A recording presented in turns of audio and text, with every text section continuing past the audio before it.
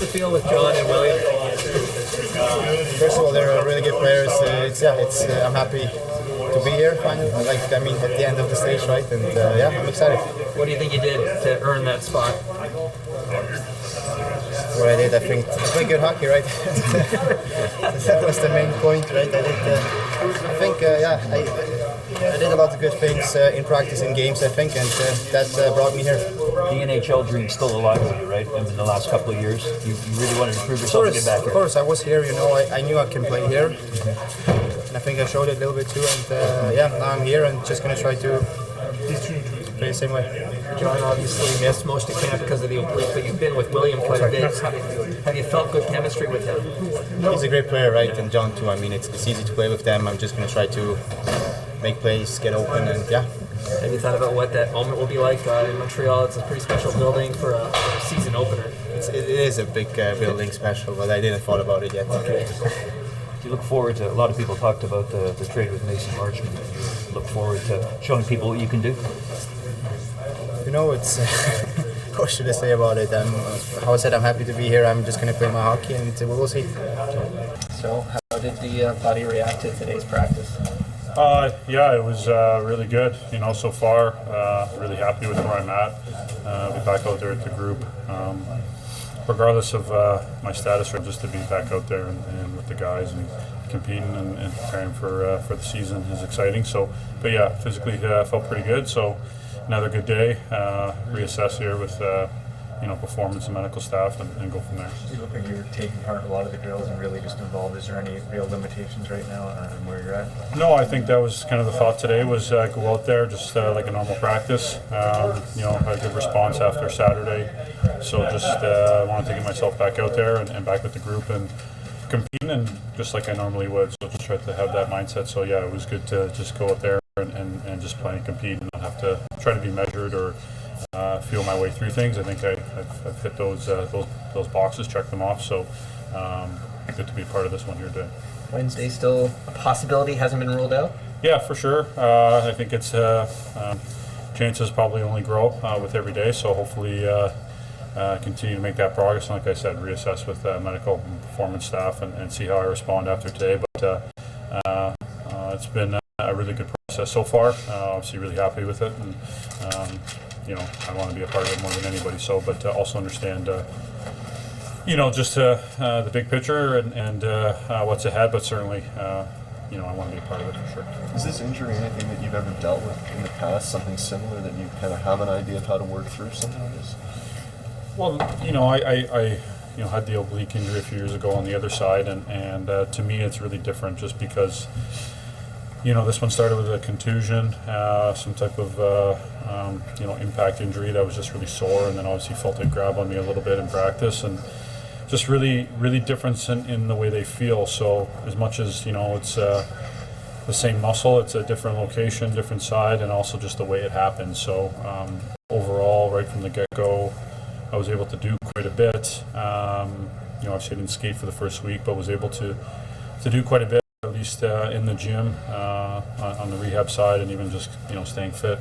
So was really happy about that. It's felt more like a contusion, I would say, than a muscle strain compared to the way I had on the last time. But we've had to treat it, obviously, because of what we've seen on the imaging and being assessed by the medical staff. So I wouldn't say it's like anything I've ever had, but I've just tried to focus on day to day, improve a little better every day, and see where it takes me. Obviously, I've gone to this point, so happy with it. You're a guy pretty meticulous with stretching your routine. How much does that help coming into it when you do have an injury like this and you have to kind of recover? Well, I've always, I think, throughout my career, and as you get older, you just mature and understand things more and more. You understand yourself, physically, obviously, too. Just being very durable and wanting to be healthy, and not only does it help your play on the ice, but stay healthy and also bounce back when you do have something pop up or something happen. So, whether that's in the gym, in the therapy room, away from the facility, or what you eat, how you take care of yourself, how you sleep, all those things, they all play into it. So, I take a lot of pride in that. I think it's part of what we do, and part of a long grind, a long year, and trying to be at a high level consistently. So, my experience, I think, and things that I've learned and have added into, whether it's my routine or adapted from throughout the years, I think, can benefit me. What stands out to you about Denis Malgin? Yeah, it was a hell of a goal the other night. First off, it was a great move. He's had a great preseason. So, this time around, he just seems really comfortable, I think, with himself and his game, and it's really, the confidence is really growing. But certainly his quickness, his playmaking ability, and he's got just great touch around the net. I think not only did he make a great move, but the quick hands he showed on the finish was fantastic. So he's had a good nose for the net. He banged one in. I think it was in Belleville, if I thinking back correctly. Just good nose around that, and just in good areas, good spots, and I think he's obviously been great throughout the preseason, and really kind of elevated himself. You want to be careful, as you said, but you're captain of the team this opening night. That's got to factor into your head a little bit that you want to be there. Yes and no. I think at the same time you want to be smart as well for the team. You don't want to put yourself maybe at risk just because you want to be there so badly. I think you understand the long grind of the year. We've obviously, I think, have a tremendous squad, great depth. So you want to be smart and doing the right thing for the team and for yourself. So whether that's I'm not part of it, or I am. I think it's just because you're trying to make the best decision possible with all the variables at play. So, but everything's been trending really, really well. So hopefully that's the case. Don't know what the next step is for Wayne Simmonds, but what do you appreciate about being teammates with him, and what will you miss the most if he's not in this room? Yeah, we love Simmer. I think so much support for him. He's been such a fabric of our group. The leadership, I think the type of game that he brings, the sandpaper, the soft hand, the soft mentality. So, and we want to show him support after, the stuff that happened with him in the HDA and Akeem yesterday. So I think, we're thinking about him tremendously. And yeah, we love him in here. Are you surprised we're still dealing with that sort of stuff? Yeah, for sure. Especially, I don't know how any of us can really relate to, the path or the things they've been through and the journey that they've taken. So, I know it's been difficult for him and for many others. So we'll just continue to support them and learn and educate ourselves and do the best we can to, support them and make the game better. Sheldon, how did John look to you today, and what's it maybe mean for the coming days? I thought he looked good. Most importantly, he got through the entire practice, and it's encouraging signs for tomorrow's practice. He's encouraged, so I think the plan would be that if all goes well through the rest of the day, he'll come to touch practice as always preparing to play. I think would be the plan, but it's at least a day, I guess, at this point, and just continue to assess him. An injury is an injury, and it takes however long, but with a guy like John, how meticulous he is with his training and his stretching and all of that, it's just always confidence that he's going to do everything right to get back quick. Yeah, definitely. He knows his body really well.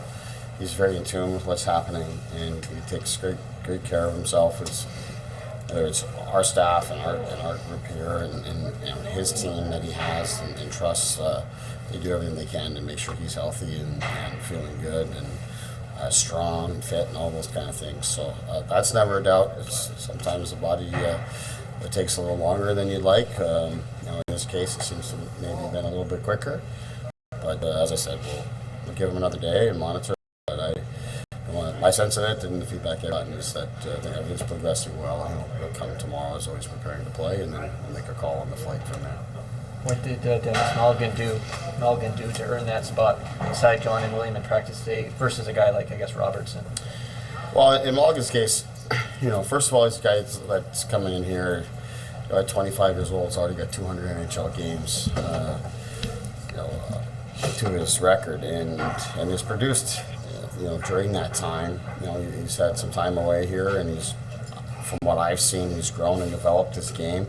And that's really what I wanted to do during this camp and preseason, was just watch and see where he's at, mentally, and let him use the opportunities he was getting to prove that he can play in the NHL and that he can help our team.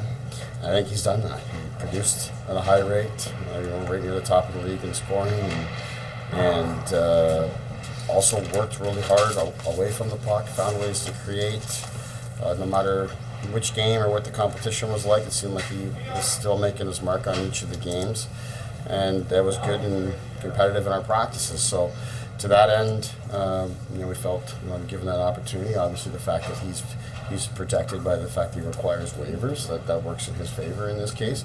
And in Nick Roberts' case, it works against him. That's just kind of the reality of it, the situation that we're in with the salary cap and carrying a very tight and short roster.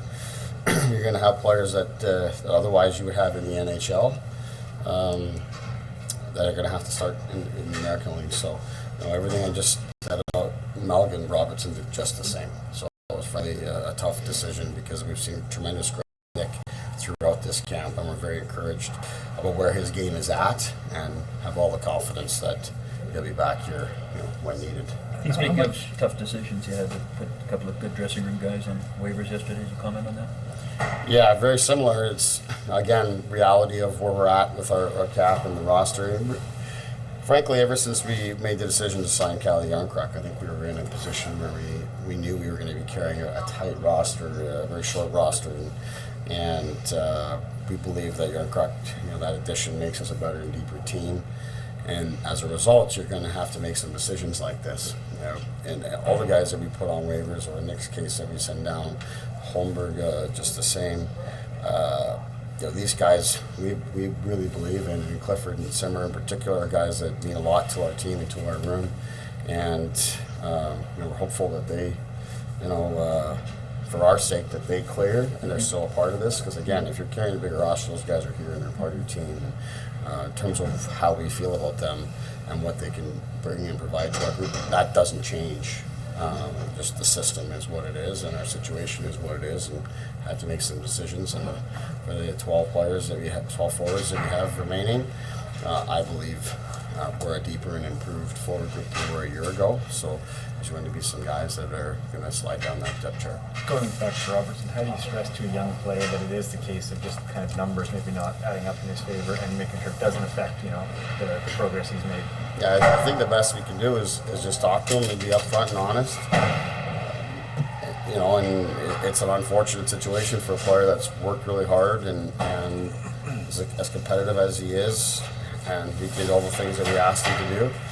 A player like him at his age is never a finished product, so I think there's always benefit. Even though it takes some time to sort through it, there's be some benefit to playing in the AHL and helping Marley's team that can, we're wanting to see take steps and grow themselves, and that growth's only going to happen through the growth of the individuals.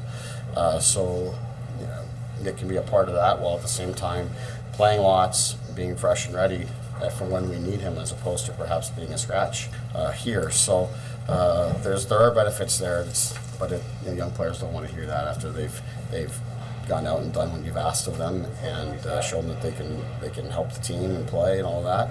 It's just a reality of the situation, and the flat cap creates a lot of these scenarios all around the league, and we're trying to manage it as best we can. In Nick's case, we have the ability to keep him playing and keep him, keep his rights and all of that, keep him a part of our group. Certainly, we're going to need. You mentioned the cap. Obviously, it sounds like good news on John's front, but is it your understanding that if John could not play on Wednesday, you guys would have to be a guy short for that first one? Yeah, that's my understanding. And again, that's something we were prepared to do coming in through the offseason when we made the decision we did to add the guys we did, and where we were at with the salary cap, that there could be predicaments like that, like there has been in previous seasons. We've got other teams in the league have played short, and I'm sure there will be again this season. When we look at the big picture in the long run, though we think adding a player like Jarnkrok to our group was something that we wanted to do, unless we're willing to be in these types of situations. But when you're in them, it doesn't make them any easier for sure. But as I said, I believe that our group is as deep as it's been since I've been here, and very, very clear and defined roles throughout the group. Lots of competition. Guys will be challenging to move up and throughout the lineup.